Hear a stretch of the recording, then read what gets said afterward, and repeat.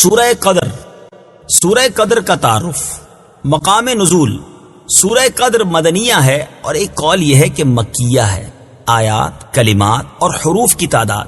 اس صورت میں 1 رکوع، 5 آیتیں، 30 کلمے اور 112 حروف ہیں. قدر نام رکھنے کی وجہ. قدر کے بہت سے معنی ہیں، البتہ یہاں قدر سے عظمت و شرافت مراد ہے، اور چونکہ اس صورت میں لیلۃ القدر کی شان بیان کی گئی ہے اس مناسبت سے اسے سورہ قدر کہتے ہیں. سورہ قدر کے مضامین.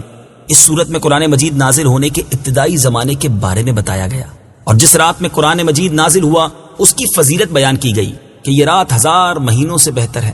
اس رات میں فرشتے اور حضرت جبریل علیہ الصلوۃ والسلام اللہ تعالیٰ کے حکم سے اترتے ہیں، اور یہ رات صبح طلوع ہونے تک سراسر سلامتی والی ہے. سورہ علق کے ساتھ مناسبت. سورہ قدر کی اپنے سے ماں قبل سورت علق کے ساتھ مناسبت یہ ہے کہ سورہ علق میں اللہ تعالیٰ نے نبی اکرم صلی اللہ تعالیٰ علیہ وآلہ وسلم سے فرمایا تھا کہ آپ اپنے رب عز و جل کے نام سے قرآن پڑھیے جس نے پیدا کیا. اور اس صورت میں قرآن مجید نازل ہونے کی ابتدا کا زمانہ بتایا گیا کہ اسے عظمت و شرافت والی رات لیلۃ القدر میں نازل کیا گیا. بسم اللہ الرحمن الرحیم. ترجمہ: اللہ کے نام سے شروع جو نہایت مہربان رحمت والا ہے. اِنَّا أَنزَلْنَاهُ فِي لَيْلَةِ الْقَدْرِ. ترجمہ: بے شک ہم نے اس قرآن کو شب قدر میں نازل کیا. اِنَّا أَنزَلْنَاهُ فِي لَيْلَةِ الْقَدْرِ. بے شک ہم نے اس قرآن کو شب قدر میں نازل کیا. تفسیر صراط الجنان میں ہے، یعنی بے شک ہم نے اس قرآن مجید کو لوح محفوظ سے آسمان دنیا کی طرف یک بارگی شب قدر میں نازل کیا. شب قدر کے فضائل.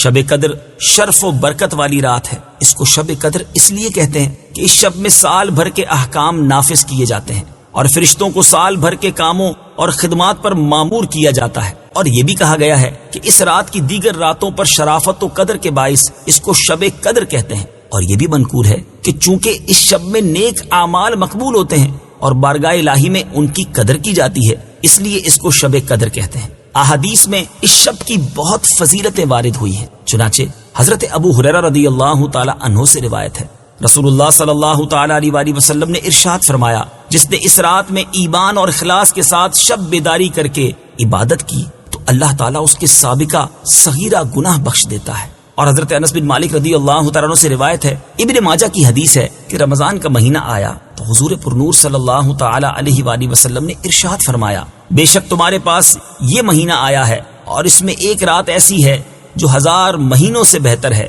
جو شخص اس رات سے محروم رہ گیا وہ تمام نیکیوں سے محروم رہا، اور محروم وہی رہے گا جس کی قسمت میں محرومی ہے. لہٰذا ہر مسلمان کو چاہیے کہ وہ یہ رات عبادت میں گزارے اور اس رات میں کثرت سے استغفار کرے، جیسا کہ حضرت عائشہ صدیقہ رضی اللہ تعالی عنہا فرماتی ہیں. ترمذی شریف کی حدیث ہے، میں نے عرض کی، یا رسول اللہ صلی اللہ تعالی علیہ وآلہ وسلم، اگر مجھے معلوم ہو جائے کہ لیلۃ القدر کون سی رات ہے تو اس رات میں میں کیا کہوں؟ ارشاد فرمایا کہ تم کہو، اللہم انک عفو کریم تحب العفو فاعف عنی.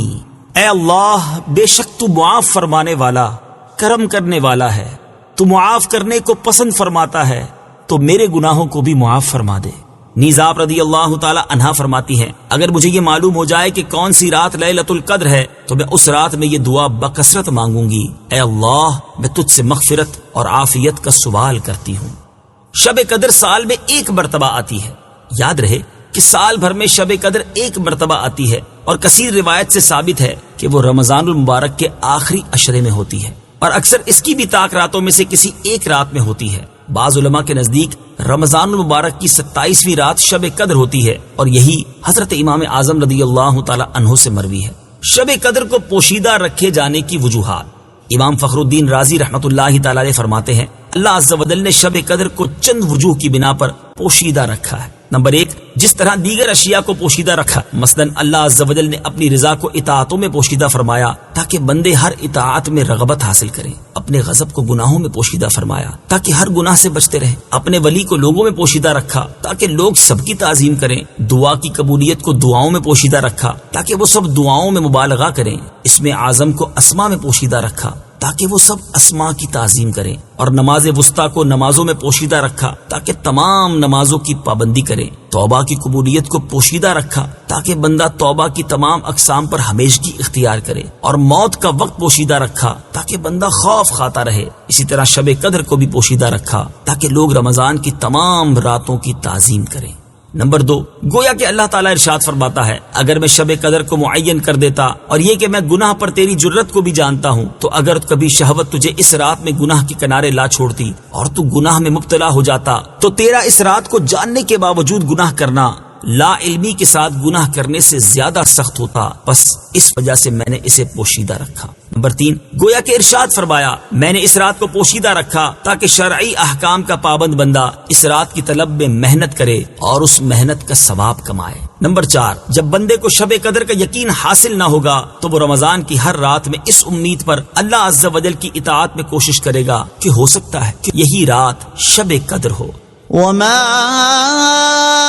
أدراك ما ليلة القدر ليلة القدر خير من 1000 شهر۔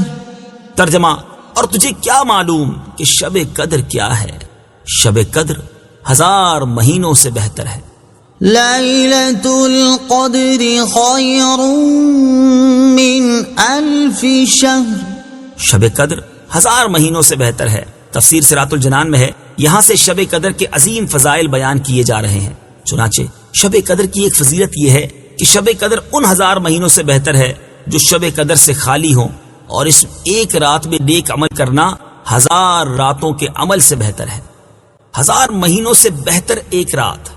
حضرت مجاہد رضی اللہ تعالیٰ عنہ سے مروی ہے کہ نبی کریم صلی اللہ تعالیٰ علیہ وآلہ وسلم نے بنی اسرائیل کے ایک شخص کا ذکر فرمایا جس نے 1000 مہینے راہ خدا عز و جل میں جہاد کیا۔ مسلمانوں کو اس سے تعجب ہوا تو اللہ تعالیٰ نے یہ آیات نازل فرمائی، إِنَّا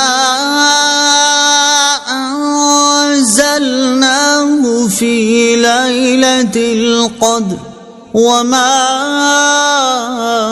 أَدْرَاكَ مَا لَيْلَةُ الْقَدْرِ لَيْلَةُ الْقَدْرِ خَيْرٌ مِّنْ 1000 شَهْرٍ۔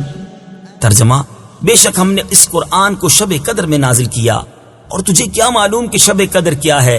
شب قدر 1000 مہینوں سے بہتر ہے۔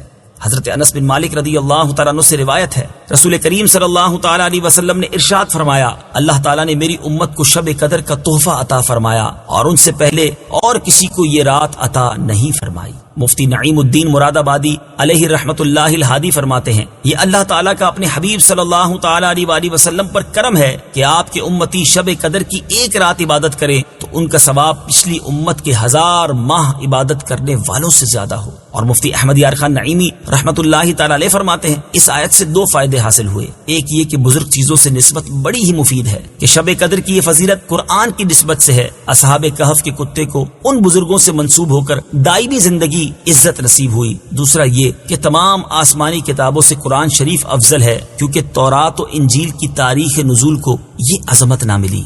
تنزل الملائكة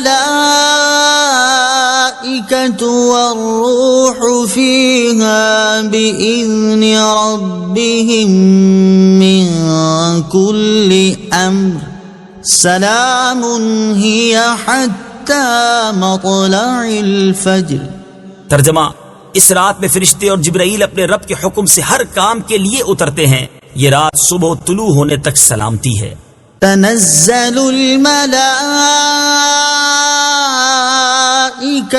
والروح فيها، اس میں فرشتے اور جبرائیل اترتے ہیں۔ تفسیر صراط الجنان میں ہے شب قدر کی دوسری فضیلت یہ ہے کہ اس رات میں فرشتے اور حضرت جبرائیل علیہ الصلوۃ والسلام اپنے رب عز و جل کے حکم سے ہر اس کام کے لیے جو اللہ نے اس سال کے لیے مقرر فرمایا ہے آسمان سے زمین کی طرف اترتے ہیں، اور جو بندہ کھڑا یا بیٹھا اللہ تعالیٰ کی یاد میں مشغول ہوتا ہے اسے سلام کرتے ہیں اور اس کے حق میں دعا و استغفار کرتے ہیں۔ اور حضرت انس رضی اللہ تعالیٰ عنہ سے روایت ہے رسول اللہ صلی اللہ تعالیٰ علیہ وآلہ وسلم نے ارشاد فرمایا جب شب قدر ہوتی ہے تو حضرت جبرائیل فرشتوں کی جماعت میں اترتے ہیں اور ہر اس کھڑے بیٹھے بندے کو دعائیں دیتے ہیں جو اللہ تعالیٰ کا ذکر کر رہا ہو۔ سلام هي حتى حتى مطلع الفجر. یہ رات صبح طلوع ہونے تک سلامتی ہے. تفسیر صراط الجنان میں ہے شب قدر کی تیسری فضیلت یہ ہے کہ یہ رات صبح طلوع ہونے تک سراسر بلاؤں اور آفتوں سے سلامتی والی ہے. صدق اللہ العظیم.